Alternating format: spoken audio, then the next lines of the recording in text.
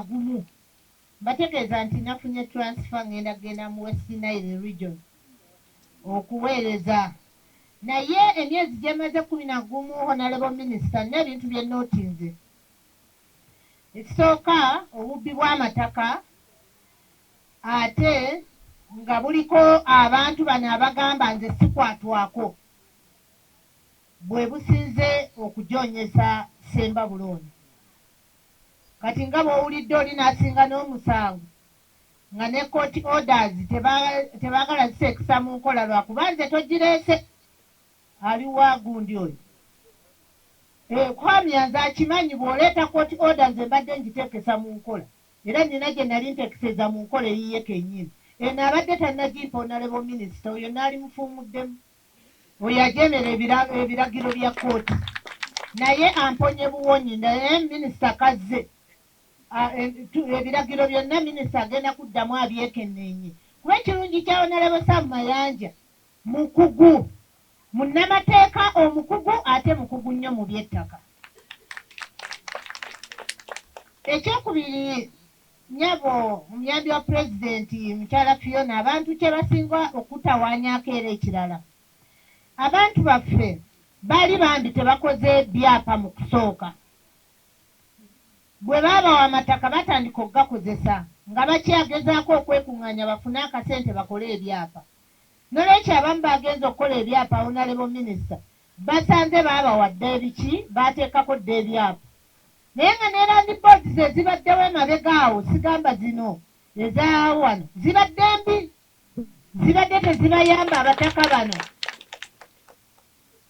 era nze wentuukidde mu district land board katuyina mpya tennakola nako kubanga ezibaddewo zibadde mbi era kirabika n'abakozi baffe abaasangibwawo ebiseera ebyo nabo beenyigiranga mu kavuyo okuleka bano abaliwo nga bw'olabye mwami Kananula agezaako okulaba ng'ebintu abikola ki abijjayo so land boards ezo ezimu tezaagobereranga bulungi then obulwadde obulala bwe tulabye kwe kukozesa gavumenti ez'erinstructuringa LCs negamba eno LC ya wano tugisazeemu n'eggombolola tugisazeemu kati neweesanga nga lwaleero tuli mu mitima naye nga akakiiko k'ettaka ak'erugusulu kakyakola kye tuyita backdate ne kakkiriza omuntu okuddamu okusaba ettaka kubanga ak'emitima bakayisaako eriiso obwo nabo bulwadde mu tawuni ndi ku renti buli battaka lyenasinga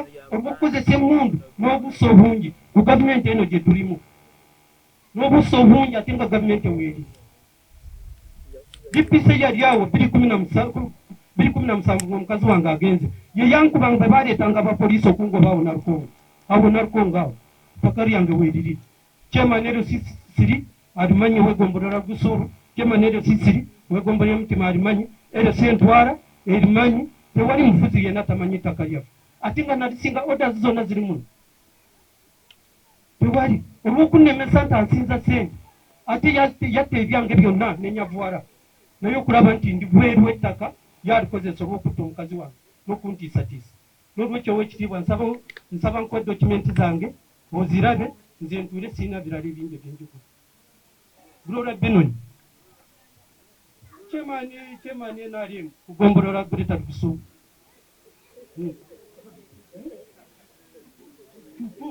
Chemani NRM amazina Steven Ruhamia Benoni Burora kutese lyakozesa erindi ly'obusubu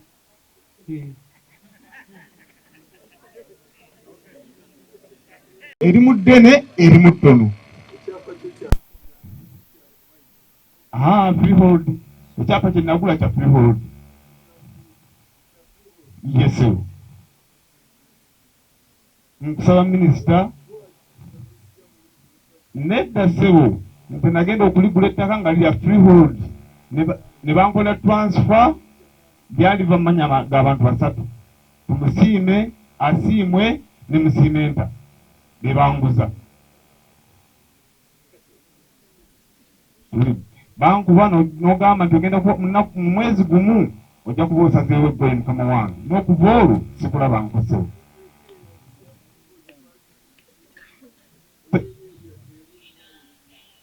nedda sewo eno ntuusi bulongo mukama wange nze saaliwo nali mulwadde ensambya sewo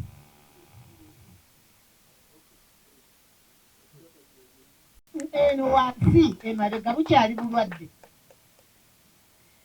Ekirala n'ensaba Honorable Minister, enkola eya Land Fund Musemba Bulenzi wembereddewo sigirabye, nsaba naye ejje abantu baffe basobole okubeera compensated abamu ng'abo abaali baazira ng'omukulu oli gwe tugambye, abantu baffe bano abali ku lwanki eno basobole okukola ki okuyambibwa.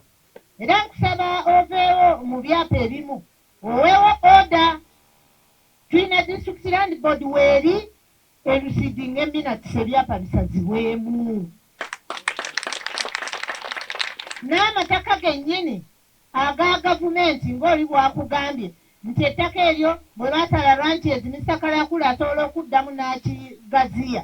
Bwe baatala ranches zino gavumenti yeerekereza yeerekerawo akaayo naye nako ne baddamu ne bakagabira abataka okuli ddamuzi z'abantu okuli amataka ge twayitaddeko amasomero nga gano weesanze nga nago kati baagagaba.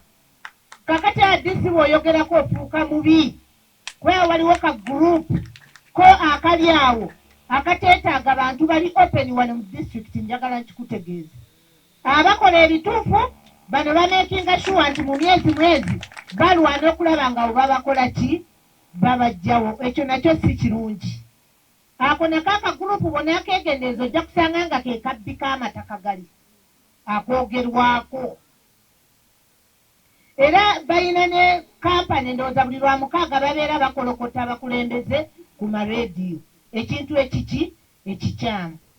So Honorable Minister, abantu b'Semba Bulene District yeetaaga obudde obuwerako okubeeranga nga tugikyalira n'okuddamu okusomesa abantu mu by'ettaka. Bantu bagenda okukyusa amataka okugakola nga galiko ebyapa.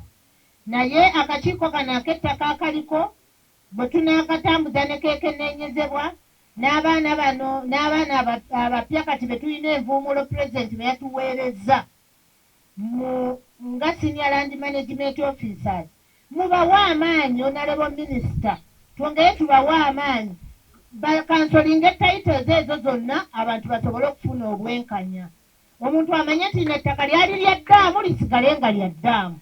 Kuba kati ssaawa zino gavumenti etuwa CD schools, etuwa amalwaliro, naye Honorable Minister tetulina bwe tugazimba. Buli lwe tugenda okukebera ettaka eryali erya gavumenti lyeyerekerawo ng'eryo ligendako abaki abantu. Era tulina keesi wano eri mu kyalo kye bayita Kalushonshonezi. Ttaka lya gavumenti abantu bayitondako ebyapa 3. Kati tugezaako okulizza okulaba nga abantu abo 3 abayitondako ebyapa ng'ate tebayise ku District Land Board babikolera eyo. Bagenda ogenda okulaba ng'ate waliwo n'omulala ng'agamba nange kanjiweko abantu 10 mbagabire amapoloti na buli kimu. Kati ne weesanga nga tuli mu kavuyo olwana na 3 ate oli ateekako abantu bameka 10. So kwe kumu okusoomooza kwe tubadde tulina mu district eno, naye nga tuli abantu baffe generale bano bonna nga bw'obalaba abantu bakozi nnyo, balimi, balunzi.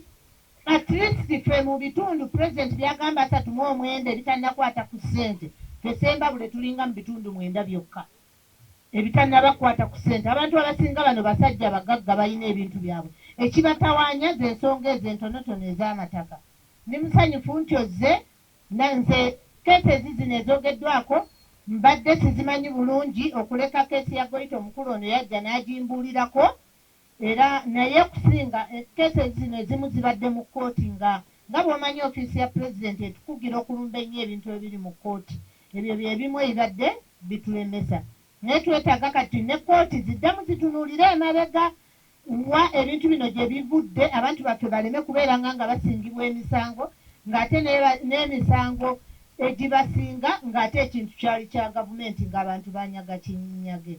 N'ebigambo ebyo kantwale omukisa guno okwaniriza mukyala affe.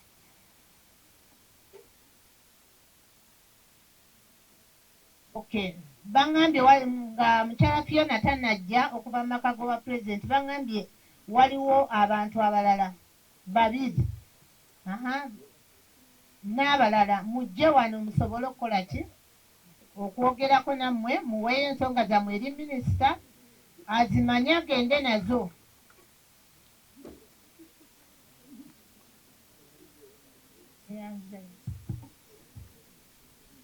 neyanziza owekitiibwa madamu RBC owekitiibwa minisita abantu bakatonda mwenna. Minisita nze Senkooto Francis wajjako ku ttaka lyange emyaka 2 emabega abantu ne bannumba ne bankuba abaali bakulembeddwa Kaasaani ne bankuba ne bantuusaako obusagwe embale zoolaba mu mitwe nga ndi wakantuppe ne bankuba ne bantuusa okugenda ensambya. Wajja ku ttaka eryo n'oleka ng'ogambye nze newankubadde saaliwo naye waleka ogambye nti mu myezi 2 oba 1 ojja kuba omaze okusalawo eggoye. Abantu baava eri ne bajja ne balumba ate ettaka lye nagula lyaliko ebiwandiiko lyaliko ekyapa. Nze nagenda okugula ettaka nga liriko ekyapa. Tulinamu n'eŋŋoma zaffe ez'obwangwa essibu omukubo yenze Kalooli yali nze Museveni wano ekyebando Frank yafa essibu. Kaakati ettaka eryo n'amataka ago ne batandika okugabba bwe batyo. Nze ogenda okufuna nina ebyapa nina ne judgment nawaabira abantu abo ababba amataka ne mbasinga naye basooka okunsinga nga bagamba nti high court yasooka okunsingisa omusango ng'egamba nti obujulizi bwempadde si bumativu. Kakati nenjulira nengenda mu court of appeal. Mu court of appeal ne mbasinga era court of appeal neragira ebyapa ne babisazaamu ebyaba Sekasiko, Sonko ne Senkungu. Bwe bamala bisazaamu nga tebanabisazaamu wano bano ne bampita emabega ne baguza abantu abalala. Ne baguza ekika kya Lubadde, ne baguza Mr. Rwankanyuzi, ate Mr. Rwankanyuzi bwagenda ku ttaka n'atandika okuguza abantu abalala. Abo bagenda bakerere. Kati bagamba buuze ngoba abantu. Naye sigobanga muntu. Bali bwe bamanya ebiwandiiko byokka byenina sinagoba muntu yenna era abalala bonna beetwala bwetwazi. Kabeerubadde yeetwala yekka. Nze ndiko. Nze nafuna administrative powers ne ntandika okuwoza emisango gino.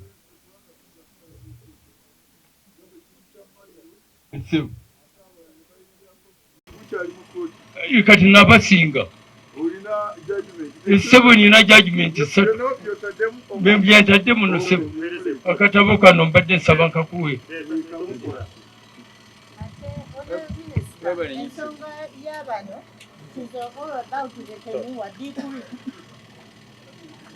Honorable Minister, ensonga nze nagi okusinziira ku bitabo bye nasoma ku files ze baali ogera bingi olwaleero because nze ebyo bye byange. Naye nkusaba abantu bano balina obulumu bungi because abakadde be nakyalira n'ebigambo bye bambuulira nagenda saatuula tebyampa mirembe nze nga nze. Kati owulira abamu batandise okufa naye bafudde nga balese baana baabwe mu bizibu ng'ebyo. Era nkusaba taata olwaleero ne bwe kitagwanga bulijjo ekintu kino nkusaba kiggwe nga mukyala RDC bw'atugambye nti Sembabule yeetaaga okusigala nga tugikyalira. Nkikusaba in your busy schedule tusigale nga tukyalira Sembabule eno ebizibu ebirimu bikolebweko abantu bafune emirembe baleme kwevuma gavumenti. Kyanaku nnyo nti abantu bano baneighbors ba president ekyo kyekisera okunnuma. Sembabule baneighbors bali close ne president.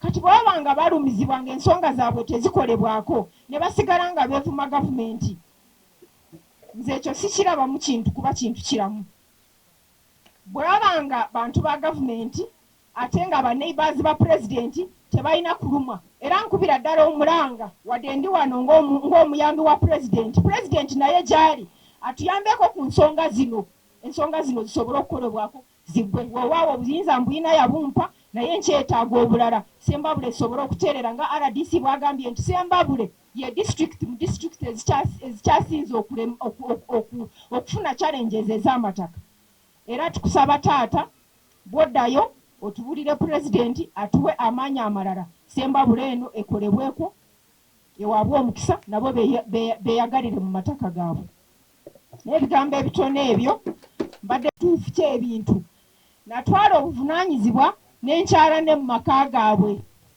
agamu ndooza nakyala mu maka nga 3 nga njagala kutegeera amazima agaliwo because bano abaaliwo baali basajja abangi abakazi tetutera kukola bintu bifu nnyo obuyayi twakabutandika abakazi abaaliwo batono nga abakazi bakulukulu naye mu mutima gwange ne ndowooza nti amaka gano muyinza okuba nga mulimu abantu abakulu abasobola okwogera amazima kati ne mbabuuza waliwo abali kumpi bensobola okukyalira ne baŋŋamba mulimu abantu abakulu ku myaka 7 okudda waggulu ne bagamba gye bali era natwala obuvunaanyizibwa amaka ge nakyalamu gali awo mulimu omukadde oba akyali abantu bano mbadde nabo mu offices zange bajjamu omukyalo ono am following up her case mu kooti ono omukyalo ono nyabo njagala ninyenda kukugambira ngu tinshitami kuwizira omu office nasharamu kukuratirira ebintu byawe omu kooti kubuuliriza hakabaho ki naati nkiriyo nimbikora habwokuba kooti tetushemeire kuinterfering tutushemeire kuteganisa kooti yanekora nikwo amateeka gakugira konka noobatwariza gi kworikushanga muhuriire ow'omugasho habwokuba bamwe nibashitamamu bakoramu ebibi ebitakwatiraine bakoramu oburofu